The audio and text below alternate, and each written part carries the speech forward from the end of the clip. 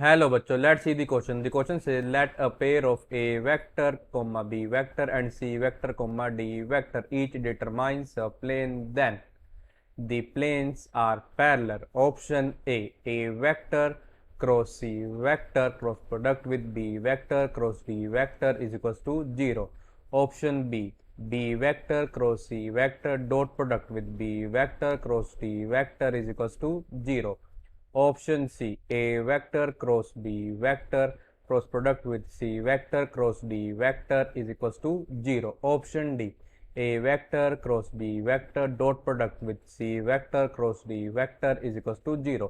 तो हमारे पास गिवन क्या, हमारे पास एक पेयर ऑफ वेक्टर्स है, ए वेक्टर और बी वेक्टर एक पेयर है, एक सी वेक्टर और डी वेक्टर क्या एक पेयर है। ईच डिटरमाइन कर रहे हैं एक प्लेन को। तो हमको ये बताना है कि द प्लेन, जो प्लेन इनके पैरेलल होगा वो हमारे पास क्या होगा। हमारे पास ऑप्शन है चार, हम बताना उनमें से हमारा कौन सा ऑप्शन करेक्ट है। Firstly I will tell you कि कॉन्सेप्ट, और एक ही कॉन्सेप्ट आपकी हेल्प करेगा इस क्वेश्चन को सॉल्व करने में। तो की कॉन्सेप्ट है हमारे पास कि the vector which is perpendicular, जो कि हमारा क्या होगा परपेंडिकुलर, किसके perpendicular to X vector and Y vector is given by X vector का क्या होगा क्रॉस प्रोडक्ट के साथ वाई वेक्टर के साथ। सेकंड की कॉन्सेप्ट हमारा, ये तो हमारा क्या था, हमारा फर्स्ट की कॉन्सेप्ट था। सेकंड कॉन्सेप्ट हमारे पास क्या है कि X vector is parallel to Y vector. अगर एक्स वेक्टर हमारा क्या है पैरेलल है वाई वेक्टर का, पड़ेगा दिस इंप्लाइज दैट कि एक्स वेक्टर का जो क्रॉस प्रोडक्ट आएगा वाई वेक्टर के साथ ये हमारा इक्वल होगा, ये हमारा इक्वल होगा 0 के। अब हम करेंगे इन दोनों की कॉन्सेप्ट की हेल्प से अपने क्वेश्चन को सॉल्व करेंगे। Normal vector to the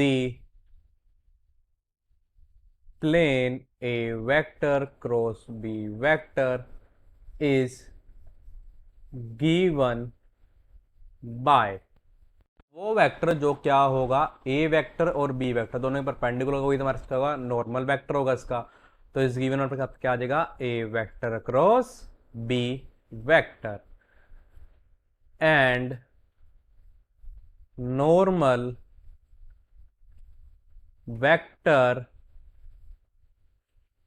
two the plane, हमारा सेकंड प्लेन क्या था वो हमारे पास था C vector comma D vector is given by, अब वो वेक्टर जो सी वेक्टर और डी वेक्टर का परपेंडिकुलर होगा वही तुम्हारे क्या उसका नॉर्मल वेक्टर होगा। तब क्या आ जाएगा हमारा पे आ जाएगा कि सी vector cross D vector.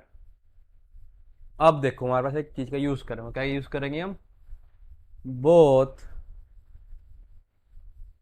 if both planes are parallel. अगर दोनों प्लेन्स जो है ये क्या है पैरेलल है, तो हम क्या इंप्लाई कर देंगे कि जो उनका नॉर्मल वेक्टर होगा वो भी क्या होगा पैरेलल होगा। This implies that normal vector to both planes are parallel, वो भी क्या होगा हमारा पैरेलल होगा, जो हमारा नॉर्मल वेक्टर होगा बोथ प्लेन का। तो क्या इंप्लाई कर देगा दिस इंप्लाइज दैट, अगर अपने की कॉन्सेप्ट का यूज करना पड़ जाए कि ए वेक्टर का जो क्रॉस प्रोडक्ट है बी वेक्टर, अगर हम क्रॉस प्रोडक्ट निकाल ले किसके साथ सी वेक्टर क्रॉस डी वेक्टर के साथ, तो ये हमारा इक्वल होगा, ये हमारा इक्वल होगा 0 का। कॉन्सेप्ट ने बताया था कि अगर दो वेक्टर हमारे पैरेलल है तो उनका क्रॉस प्रोडक्ट इक्वल होता है 0 के।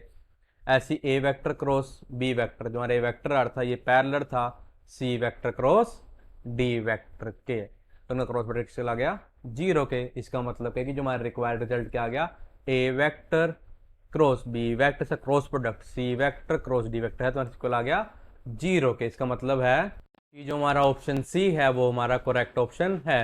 So the final answer is option C is correct option. I hope you understood it well. All the best. Thank you.